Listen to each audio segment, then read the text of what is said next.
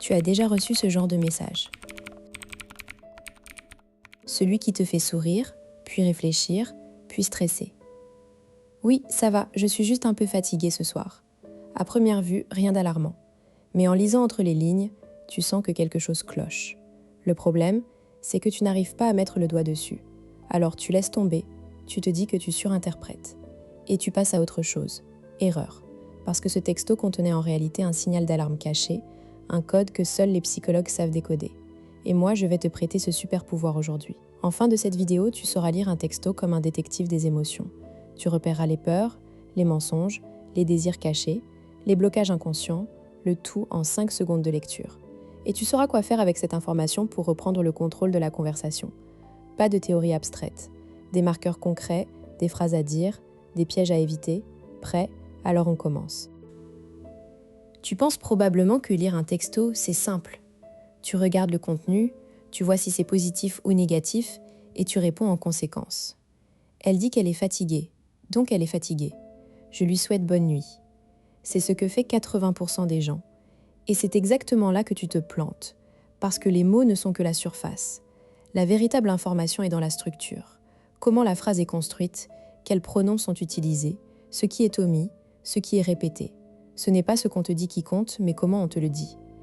Et cette erreur de se fier uniquement au sens littéral, elle coûte cher. Elle transforme des rendez-vous prometteurs en silence radio, des débuts de relations en zone grise, des conversations fluides en fossé émotionnel. Tu veux savoir pourquoi certaines personnes semblent toujours tout comprendre aux autres, même par SMS? Parce qu'elles n'écoutent pas les mots. Elles écoutent la musique derrière les mots. Il y a un mécanisme fascinant que les psychologues connaissent bien. Il s'appelle l'analyse des marqueurs linguistiques, et il repose sur une idée simple. Notre choix de mots, même inconscient, révèle notre état émotionnel, notre honnêteté, notre degré d'engagement. La chercheuse James Pennebaker a passé des décennies à étudier ça. En 2011, il a publié une étude qui a fait date. En analysant les pronoms utilisés dans un message, on peut prédire avec une précision surprenante si la personne dit la vérité, si elle est déprimée ou si elle est sur le point de rompre. Le plus intéressant, c'est que ces marqueurs sont souvent invisibles pour l'oreille classique, mais criants pour qui sait les voir. Par exemple, l'usage soudain d'un pronom impersonnel comme « on » peut signaler une prise de distance émotionnelle. Une phrase qui passe de « j'ai » à « tu » de manière répétée peut indiquer une accusation déguisée. Et un message sans aucun pronom? Un signe de dépersonnalisation, comme si la personne parlait d'une autre. Ce mécanisme n'est pas magique, c'est de la linguistique forensique. Et tu vas l'apprendre en 4 indices précis. Prenons un cas concret. Imagine Jérémy, 34 ans, ingénieur logistique à Metz. Il est célibataire depuis 2 ans et il vient de rencontrer une femme, Chloé, 31 ans, libraire passionnée. Leur premier rendez-vous s'est super bien passé. 3 heures de discussion dans un bar à vin, des rires, une complicité évidente. Ils échangent des SMS pendant une semaine, tout va bien. Puis un jour, Jérémy propose un 2e rendez-vous.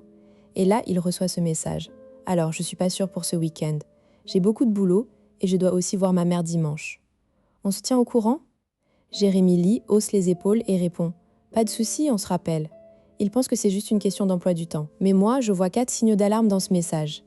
D'abord, l'utilisation du « on » impersonnel. On se tient au courant.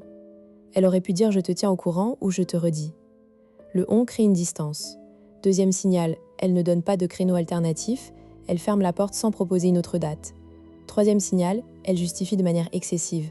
J'ai beaucoup de boulot et je dois aussi voir ma mère dimanche. Quand tu veux vraiment voir quelqu'un, tu dis juste que tu es pris, pas que tu as une montagne de contraintes. 4e signal, l'absence de pronom « je » dans la première phrase. Alors, je suis pas sûre pour ce week-end. Elle aurait pu dire « je ne suis pas sûre, je suis débordée ». Mais elle a coupé la phrase. Ce sont des micro-indices d'un désengagement inconscient. En réalité, Chloé hésite. Elle n'est pas sûre de vouloir revoir Jérémy, mais elle n'ose pas le dire franchement. Alors, elle se cache derrière des excuses floues. Si Jérémy avait su décoder ça, il aurait pu réagir autrement. Au lieu de ça, il a laissé passer l'occasion de creuser ou de recadrer la conversation. Comment voir ces indices dans ta vie? La prochaine fois que tu reçois un message, ne te précipite pas sur le sens. Pose-toi 4 questions. Première, quels pronoms sont utilisés? Beaucoup de je, peu de je, un on ou nous impersonnel. Deuxième, y a-t-il des justifications? Trop de détails inutiles? Une personne honnête donne juste l'information. Une personne qui cache quelque chose enrobe son refus de détail pour le rendre plus acceptable. Troisième, le message propose-t-il une alternative ou une ouverture? Une personne intéressée te donne une porte de sortie. Je suis pris ce week-end, mais la semaine prochaine, je suis libre mardi. Pas de proposition et pas d'intérêt. Quatrième, le ton est-il passif ou actif? Les phrases passives comme « il faudrait qu'on se voit » au lieu de « j'aimerais te voir » sont des signes de faible engagement. Entraîne-toi sur les messages que tu reçois déjà. Tu verras, c'est un jeu d'observation fascinant. Maîtriser cette compétence, c'est crucial pour plusieurs raisons. D'abord, ça t'évite de perdre du temps avec des personnes qui ne sont pas vraiment intéressées. Tu arrêtes de courir après des signaux flous, tu ajustes ton investissement émotionnel. Ensuite, ça te donne un levier dans la conversation. Si tu repères un désengagement, tu peux le contrer directement. J'ai l'impression que tu hésites, on peut en parler. Enfin, ça décuple ta confiance en toi. Quand tu sais lire les vrais messages sous les mots, tu n'as plus peur du silence ou des réponses vagues. Tu deviens celui qui comprend tout, qui ne se fait pas avoir. Au lieu de stresser en attendant une réponse, tu analyses le message en 5 secondes et tu passes à l'action. Passons à la première technique concrète. Je l'appelle le retour de pronom. Quand tu repères un « on » impersonnel dans un message, tu peux le renvoyer comme une balle. Exemple, elle te dit « on verra plus tard ». Au lieu de répondre « d'accord », tu dis « qui ça, on ?» Moi je suis partant pour mercredi, mais toi? Tu la forces à se positionner. La phrase exacte que tu utilises « je suis un peu perdu avec ton « on ». Tu veux dire « toi et moi » ou « toi toute seule ». Tu mets un sourire ou un emoji pour garder le ton léger.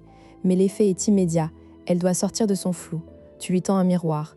Elle réalise qu'elle s'est cachée derrière un mot et elle se sent obligée de clarifier. Soit elle s'engage, soit elle se défile. Dans les deux cas, tu gagnes. Deuxième technique, la relance cadrée.